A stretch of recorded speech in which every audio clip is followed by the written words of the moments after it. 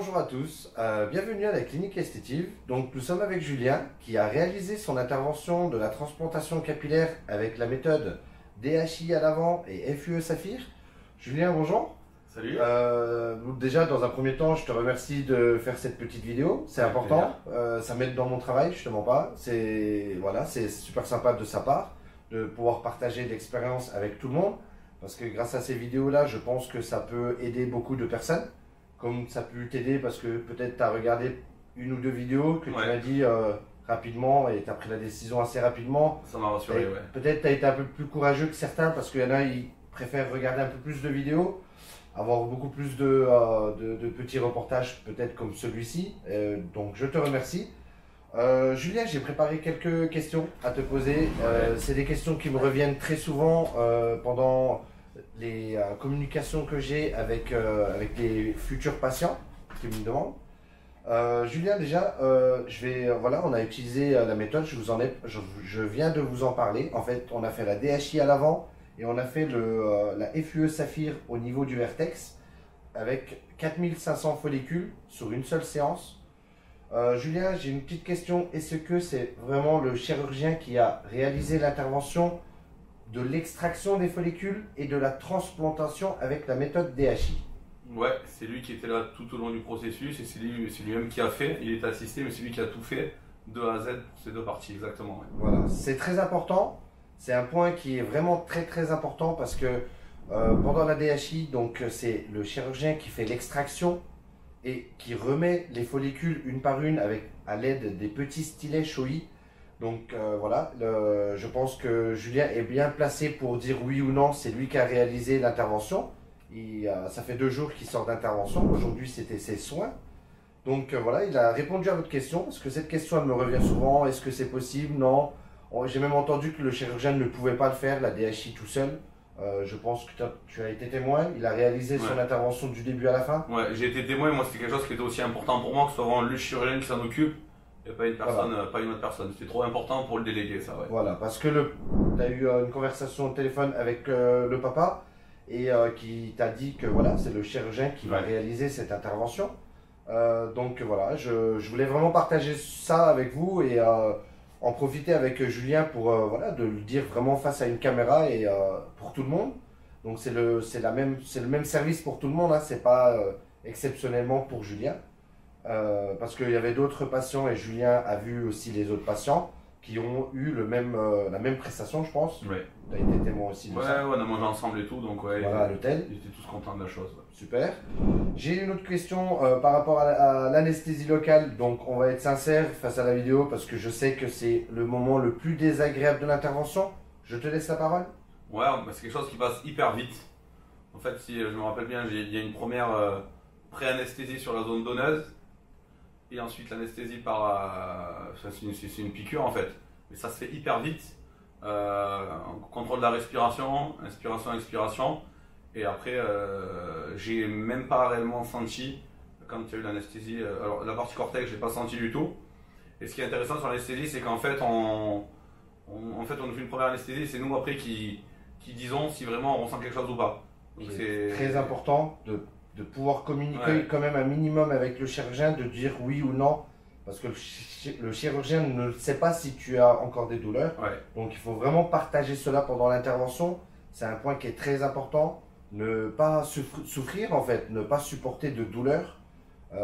Donc voilà. 10 minutes à peine, même pas. 10 minutes, 15 minutes maximum, la partie zone donneuse et 15 minutes je pense au niveau au grand max, transplantation, quoi, la zone à transplanter. Ouais, c'est ça. Donc voilà, je voulais vraiment qu'il en parle aussi. C'est vrai que c'est vraiment le plus désagréable de l'intervention, je peux vous assurer sincèrement, c'est le seul point c'est l'anesthésie locale qui est le plus désagréable dans l'intervention de la greffe, que ce soit la greffe de la barbe ou la greffe de cheveux. Donc merci de répondre à cette question parce que ça me revient beaucoup et ça met beaucoup de freins à certains patients parce que voilà, ils osent pas trop. Est-ce que tu leur dirais de franchir le pas juste à cause de l'anesthésie locale? Oui, clairement. Un, c'est court et deux, c'est pas non plus une douleur c'est une petite douleur. Et c'est surtout que on insère, ça pique et ça s'arrête tout de suite. Voilà. C'est pas une douleur qui va durer. Donc ouais, franchement, j'ai envie de dire, c'est un micro-détail par rapport à tout ce que ça. Dire ça après, c'est définitif, c'est à vie. Donc, ouais, c'est. Faut franchement pas s'arrêter là-dessus, quoi. Voilà. Pour celles et ceux qui ont fait des tatouages, il y a des zones sur lesquelles on fait des tatouages qui sont encore plus douloureuses que ça et c'est beaucoup, beaucoup plus long. Donc, franchement, ça peut pas être une barrière, ça. Vraiment pas. Pour l'intervention de 8 heures, on est obligé. Ouais. Voilà, c'est pas une des petites interventions. Donc, si seulement on faisait une piqûre et puis ça anesthésiait toute la surface, nous aussi, ça nous arrangerait. Hein, voilà, ce serait un confort total pour le patient. Mais effectivement, on doit passer par là. On a effectué quand même le dermodiète. Le dermodiète sert à. Ça aide le passage de l'aiguille. Ce n'est pas une anesthésie locale. Donc, pour toutes les cliniques qui vous proposent anesthésie locale sans aiguille, ce n'est pas vrai. Ça aide seulement le passage de l'aiguille. J'en ai témoin, on a passé le dermodiète. Ouais. Ensuite, on passe quand même les aiguilles derrière. Ouais, c'est ça. Et en plus, sur les aiguilles, ce qu'il faut dire aussi, c'est que finalement, les plus douloureuses, c'est les 2-3 premières. Parce qu'après, ils vont vous piquer à côté d'une zone qui a déjà été piquée. Donc, à l'arrivée, quasiment passer à partir, je sais pas, sur ma zone donneuse ou sur la zone là où on est implanté, à partir de la 4e, 5e piqûre, je les sentais quasiment plus, puisque la zone d'à côté est endormie. Donc, du coup, après, franchement, ça se fait vite, quoi. C'est quasiment un détail, vraiment. D'accord. Donc, c'est une question qui me revenait souvent. Je voulais vraiment. Voilà, je vous ai préparé en fait quelques questions. Je voulais qu'avec Julien, on en parle face à cette caméra. Le confort pendant l'intervention. Nickel. J'étais. Voilà. C'est long.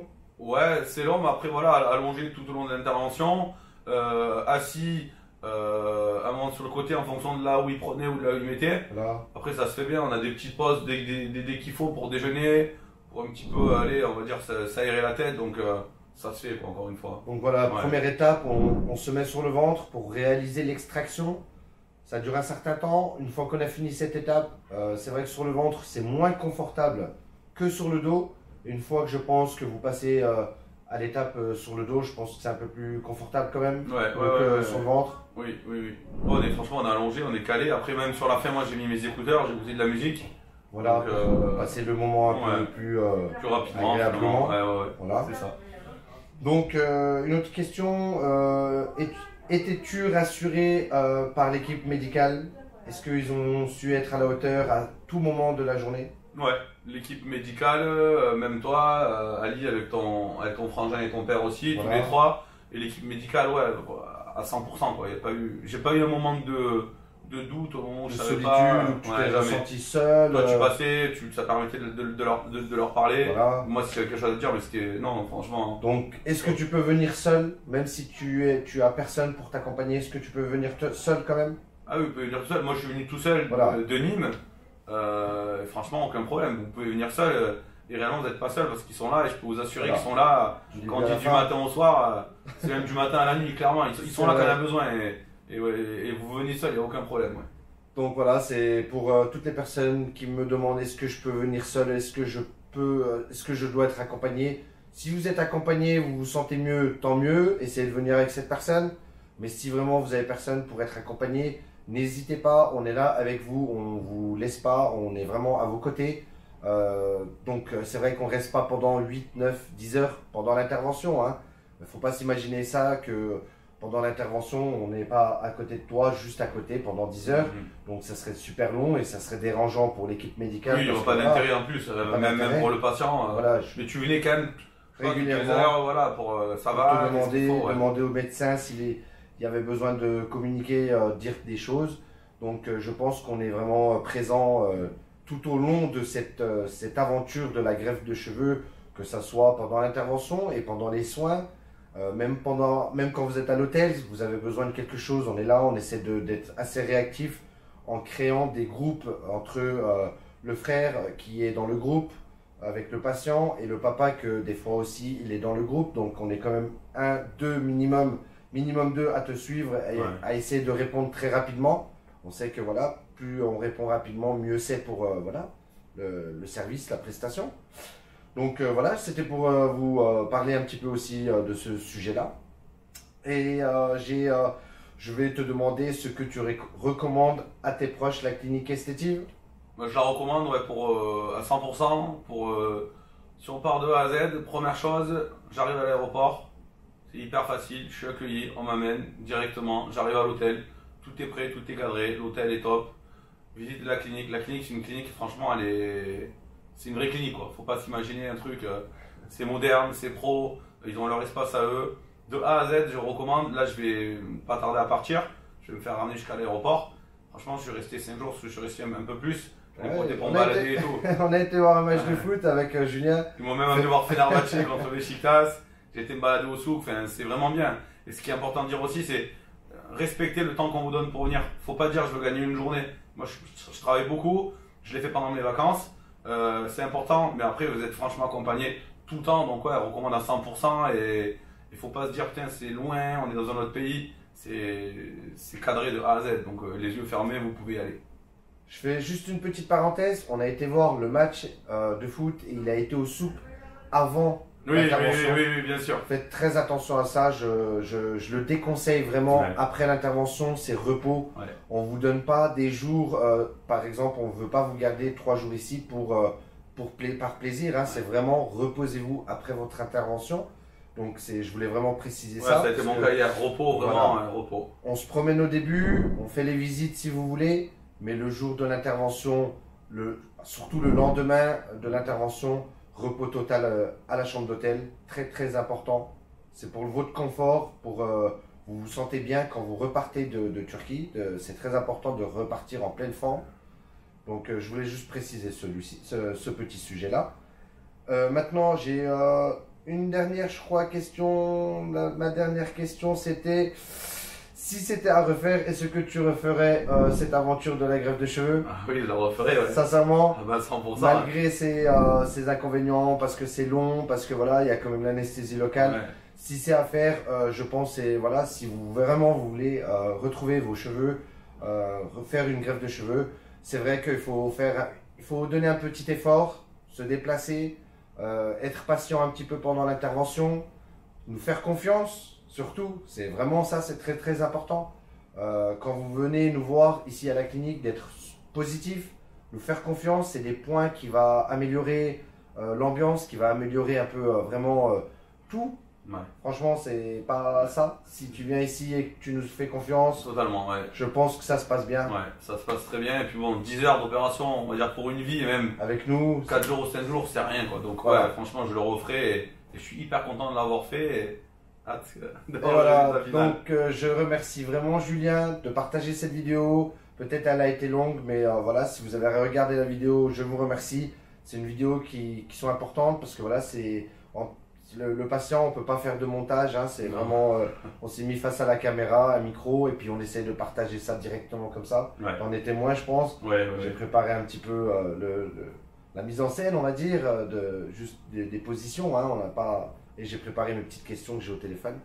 Donc merci d'avoir regardé la vidéo. Je vous dis à bientôt et n'hésitez pas si vous souhaitez avoir des informations par WhatsApp, écrivez-nous, on va vous répondre sincèrement les choses comme on a pu faire avec Julien. Je te remercie Julien de cette vidéo. Merci Ali. Vous pouvez foncer, ils sont top. Les 2 frères et le papa, franchement. Donc je te souhaite un bon retour et un bon rétablissement à toi. Ouais. Merci beaucoup. Merci à toi. Salut tout le monde.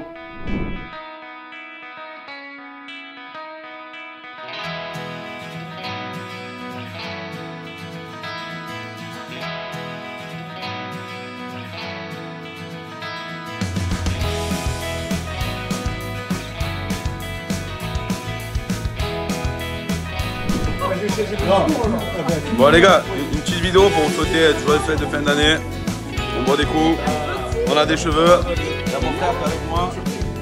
Salam alaikum l'équipe. Voilà famille, mon père il a pas de problème en Turquie, mon oncle là il a chantier. Ah là mon oncle, là, va falloir faire des trucs. Là il faut faire quelque chose et on va venir vous voir. Et nous on est 9 et je vous dis à bientôt, profitez bien.